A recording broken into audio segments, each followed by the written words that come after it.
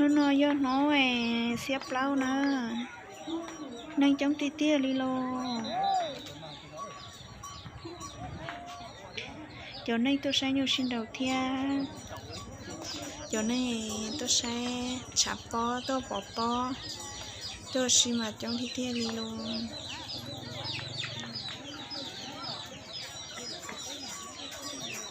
chỗ trình tôi mua là mua họ chỗ tới họ lo là mua nên mà trong tí tia đi chưa lệ cho khoản rồi giờ được khi chống sắp lại liền nên mà chống đi chống xuyên đau lên đau nên chỉ chống tí tia đi lâu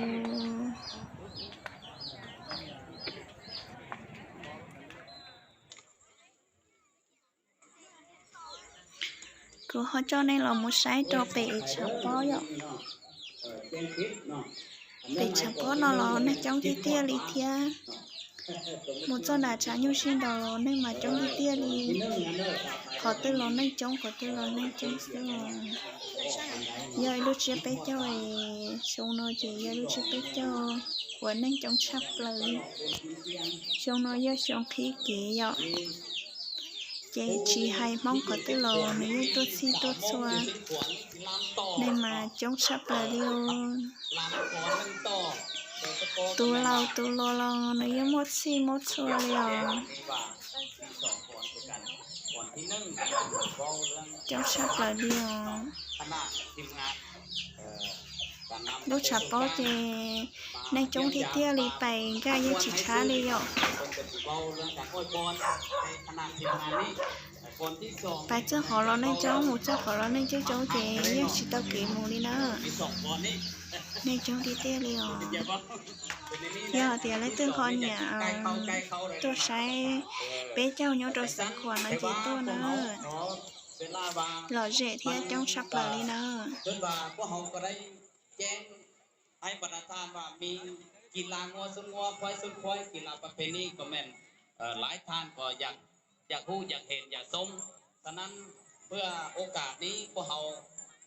จะได้นำเอาบรรดาท่าน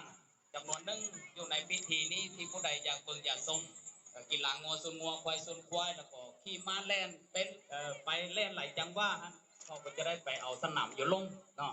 ฉะนั้นแม่นเนื้อในที่ขับลำที่ได้แจ้งว่าทางทีมงานส่วนกลางจากห้องรัฐมนตรีเขาเจ้าได้มาประกอบส่วนให้แขวงเสียงขวางพวกเราพี่น้องนี่ได้หับหูเนื้อในได้หับฟังตัวนี้แล้วแม่พวกเราจะได้มอบพิธีนี้ให้เพิ่นดำเนินต่อไปเนาะให้พี่น้องอยู่ในเดินสนามตัวนี้นี่ได้มวลได้สื่อได้หับหูได้สมน้ำเนาะจะแจ้งถึงแล้วนะท้ายนี้ก็ถือว่าพิธีของเราก็ใกล้จะสิ้นสุดแล้วยังมีรายการนึงตึงนี้เนาะพอเวลานำประธานแต่ว่าทางธนาคารพัฒนาเราประจำสาขาประจำยกแขวงเสียงขวงนี้เพิ่นก็ได้มาประกอบส่วนเนาะทางจิตใจและวัตถุจำนวนหนึ่งฉะนั้น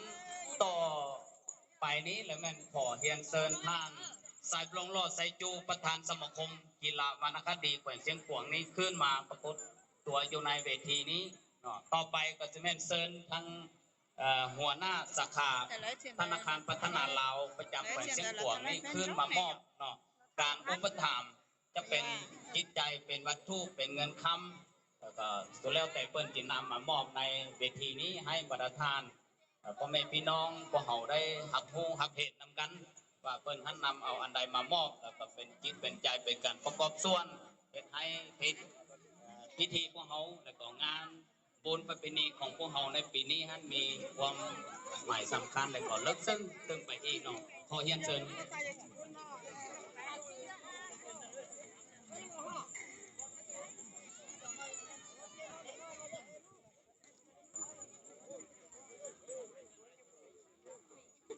พี่น้องพ่อแม่พวกเราเนาะพ่อแม่พี่น้องพวกเราตบมือสมใจเนาะตบมือค่อยๆตบมือสมใจAcha.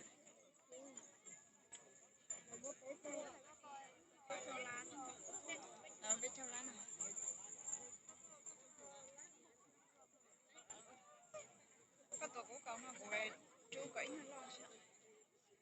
ขอบใจนั่งทางธนาคารพัฒนาถือว่าได้นำเอาเงินสดจำนวน30 ล้านมามอบให้เป็นการประกอบส่วนในบนประเพณีต่อพิธีของพวกเราในวันนี้ก็ถือว่าโดยความเพิ่งพอใจและก็โดยความดีใจนำดวงไหลให้น้องประธานที่ได้เห็นนำเป็นสักขีพยานว่าการประกอบส่วนของแต่ละภาคส่วนก็ถือว่ามีความหมายสำคัญและก็มีเนื้อในครบถ้วนตามการเข้าร่วมของแต่ละภาคส่วน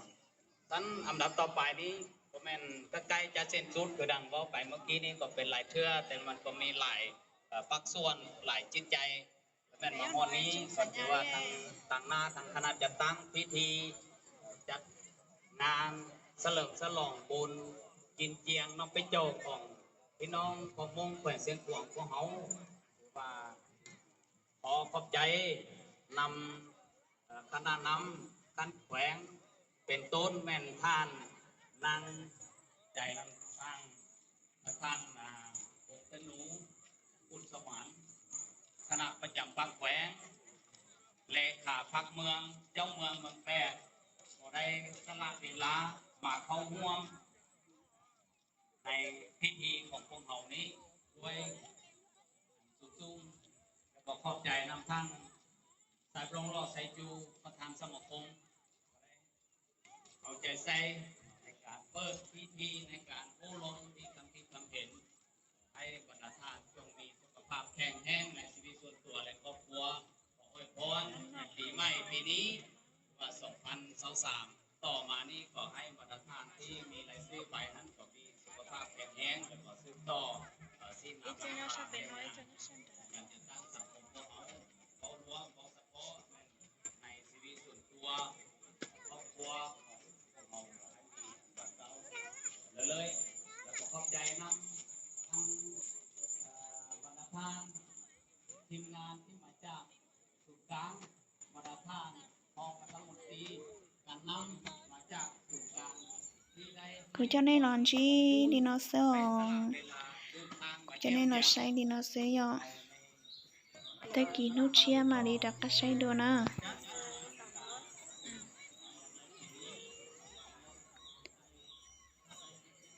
thì nên mà trong đi tia tuổi là lúc cho đủ tụi nó do xa yo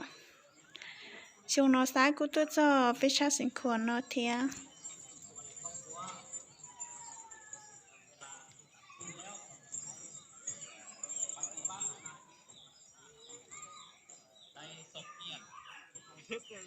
thì tí đây trông chấp là liều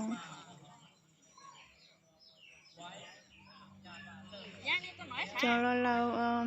chỉ tao lo hành in ra năng nữa yo chỉ tao mua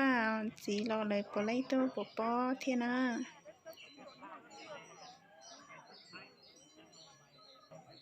cho luôn nó cũng mua chặt luôn cho lâu nó cũng mua chặt lâu cho yo nếu một xí một số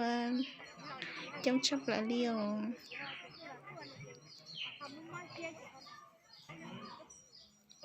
cứ cho nên là chỉ đi nó sẽ nó mà xin chỉ đuổi ta kỹ nấu cháo